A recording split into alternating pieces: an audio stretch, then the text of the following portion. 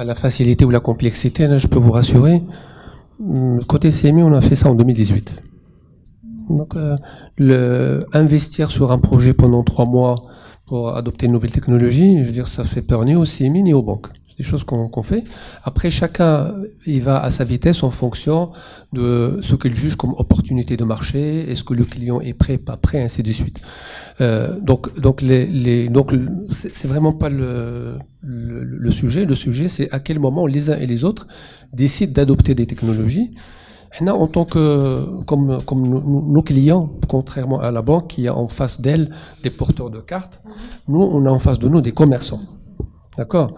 Qui lui, il est tous les jours, des gens qui viennent des États-Unis, d'Italie, du Japon, et il faut qu'il puisse se faire payer parce que le client va décider de sortir de son portefeuille, que ce soit une carte Visa, Mastercard, whatever, ou la wallet de son choix.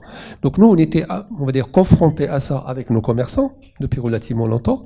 Donc je peux prétendre qu'on a été un peu plus en avance par rapport à la partie bancaire locale qui devait apporter une solution aux porteurs marocains. J'ai dit tout à l'heure que nos chiffres de 2024, c'est le chiffre d'ISCMI, il y aura 5%. Dans l'ensemble des volumes de CMI, 5% qui vont peser à peu près 5 milliards de dirhams, qui sont des paiements par montre ou par téléphone. C'est-à-dire, et que la plus grosse partie, ce sont des clients internationaux qui payent dans les hôtels, dans les restaurants, etc. Mais la partie marocaine est en croissance de plus de 400% cette année. Plus de 400%. Donc, le phénomène arrive et la vague arrive et il va y avoir de rattrapage. Je souhaite juste, parce que ma voisine m'a piqué sur l'aspect carte internationale. Oui, pour moi, nous allons gérer cette année, en termes de monétique uniquement, par carte, paiement par carte, presque 90 milliards de dirhams, uniquement le CMI. Okay? Plus du tiers, c'est des étrangers qui payent au Maroc. Donc, c'est des cartes internationales qui se payent. Donc, la problématique d'Homogène, elle est très pointue. Elle est liée à des paiements spécifiques qui, pour nous, on a freiné pour une raison liée au risque de fraude. D'accord? Qui est liée au risque de fraude.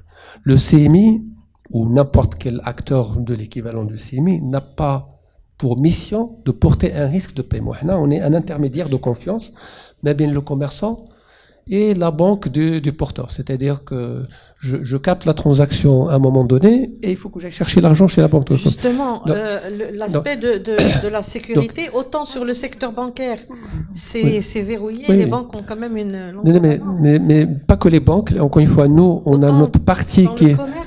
Dans le commerce, il est aussi assuré. Il faut savoir que nous allons traiter cette année 200 millions de transactions.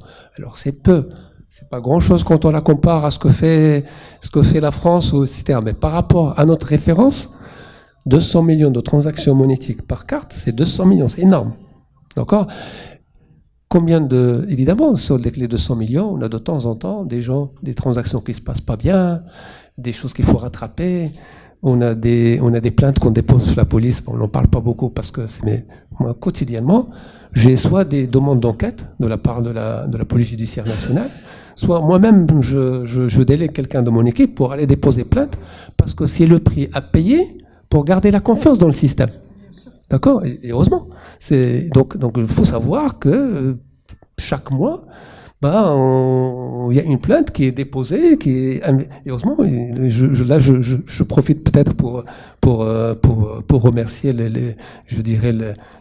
DGSN, la gendarmerie par rapport à tout ce qui est la direction générale et surtout les policiers, les enquêteurs qui vont sur la base des plaintes des uns et des autres enquêter et arrêter donc il y a tout un travail qui est fait pour que le système on va dire reste viable et protège l'utilisateur et le commerçant. Le dernier point, c'est que dans le système monétique, dans le processus, il est construit pour protéger le consommateur. C'est-à-dire que quand j'ai un Américain qui achète un tapis à Marrakech et qui, en arrivant chez lui, dit « j'ai pas été livré » ou là, on m'a livré le mauvais tapis, il enclenche un processus même la banque, pour dire je vais les flossi.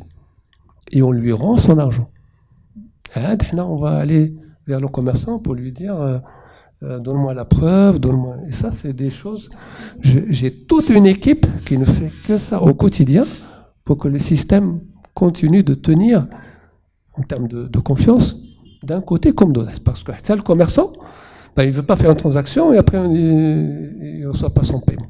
Donc il y a tout un. Je veux dire, par là, le système ne peut marcher que si vous avez une expérience, un peu près, je ne vais pas citer la marque, mais une marque comme mon épouse adore, quand tu es le magasin, au Qatar, bla ma tqis bla walou, il me dit mais c'est pas grave, il m'a dit pourquoi? Parce qu'il a la certitude que quand il va leur envoyer, son argent va être rendu. Donc il y a de la confiance, il faut tout faire pour la garder. Par tous les moyens électroniques, cybersécurité, etc., mais aussi des moyens de type je dépose une plainte et je suis la plainte avec mon avocat.